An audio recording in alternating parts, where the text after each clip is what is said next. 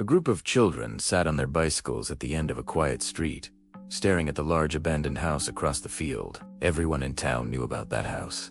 For years, stories had spread among the kids at school. Some said a monster lived inside. Others claimed that strange lights sometimes appeared in the windows late at night. One rumor even said that a boy from another town had gone inside years ago and never came back out. Looking at the place, it was easy to believe something terrible might be hiding there. The house looked ancient and forgotten. Its once white paint had peeled away in long strips, exposing gray wood beneath. Several windows were shattered, and the porch sagged dangerously toward the ground. Tall weeds surrounded the building like a wall, swaying slowly in the wind. The children began daring each other to go inside. "Bet you won't," one of them laughed. "You go first," another replied. They kept pointing fingers, challenging one another, but nobody actually moved toward the house. It was fun to talk about being brave, but the thought of stepping into that dark building made their stomachs twist. Then another boy came pedaling up behind them, struggling to catch his breath.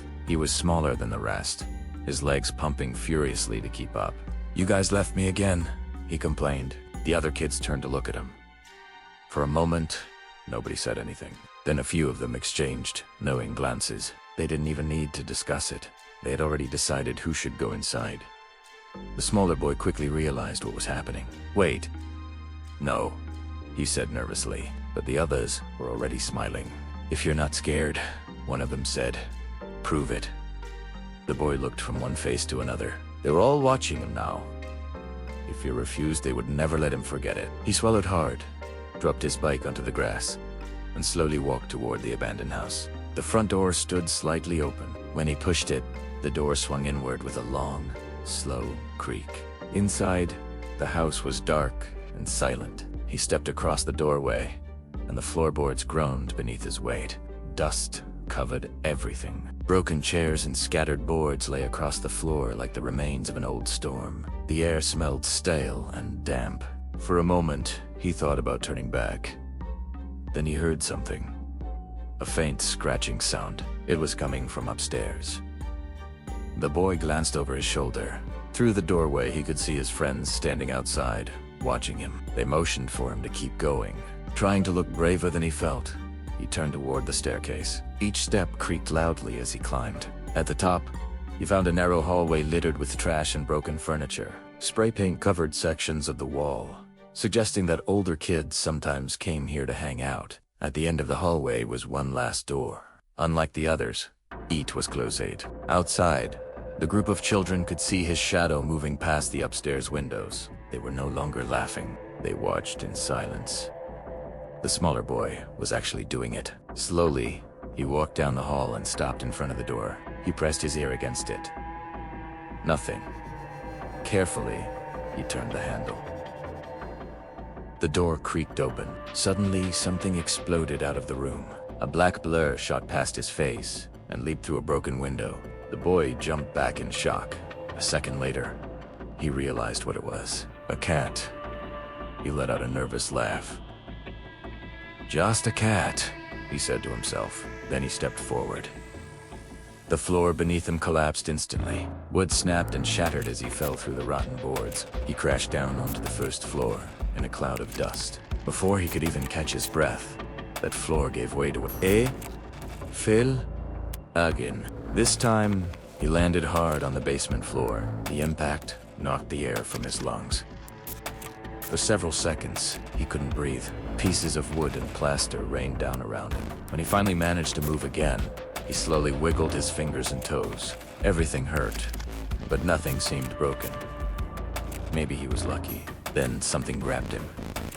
He was lifted off the ground effortlessly. As his eyes adjusted to the darkness, he saw what was holding him. At first, it looked like a giant man, but the longer he stared, the more wrong it appeared. Parts of its body were metal. Heavy iron joints bent where bones should be. Thick cables ran beneath stretched patches of pale skin. Its face looked like human skin pulled tightly over a mechanical skull. The creature stared at him with dull, glassy eyes. The boy froze in terror. Then the creature slowly raised one long metallic finger and brushed dust out of the boy's hair. The boy whimpered softly, but the creature didn't attack him. Instead, A small speaker, mounted in its face, crackled. A distorted voice spoke through it. The words sounded unfamiliar, almost mechanical. The creature tilted its head slightly and repeated the phrase. The boy didn't understand, but the tone sounded concerned. Maybe it was asking if he was hurt. Maybe the monster everyone feared wasn't trying to hurt anyone at all. Suddenly, something struck the creature from behind. One of the boy's friends had climbed down into the basement holding a broken plank. More children followed behind him. They had come to rescue their friend. Another boy raised a metal pipe and rushed forward. Before he could swing it, he suddenly collapsed to his knees. A horrible sound filled the basement. It was coming from the creature. A high-pitched vibration echoed through the air. The children clutched their heads in agony. The sound felt like it was drilling into their skulls. One by one, they fell to the floor, screaming. The creature itself stood completely still, as if frozen. The smallest boy forced himself to stand, despite the pain. His ears rang loudly and his vision blurred. He staggered past the creature and climbed the broken stairs as fast as he could. He ran all the way home. Bursting through the back door, he collapsed onto the kitchen floor. His mother rushed over in alarm. The boy tried to speak. "There's something in the house." Blood began to drip from his ears and nose as his body started shaking violently. Later that night, emergency crews sealed off the abandoned property. Specialists arrived to investigate the strange being discovered in the basement. What they found was unlike anything they had seen before. The creature appeared to have once been a human man, but his skeleton had been replaced by a massive mechanical frame made of iron. His limbs were longer than normal and contained additional joints that allowed unnatural movements. Long hooked extensions replaced his fingers. His jaw had been replaced by a hollow metal structure containing a speaker that produced his distorted voice.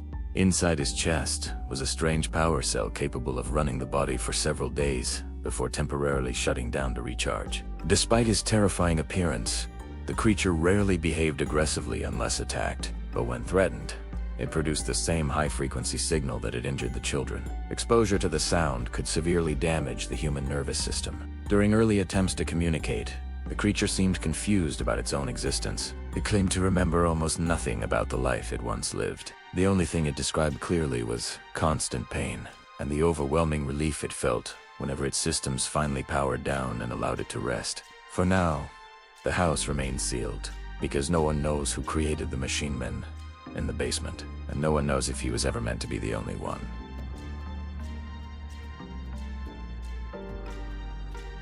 If this horror story hooked you, subscribe so you don't miss the next one.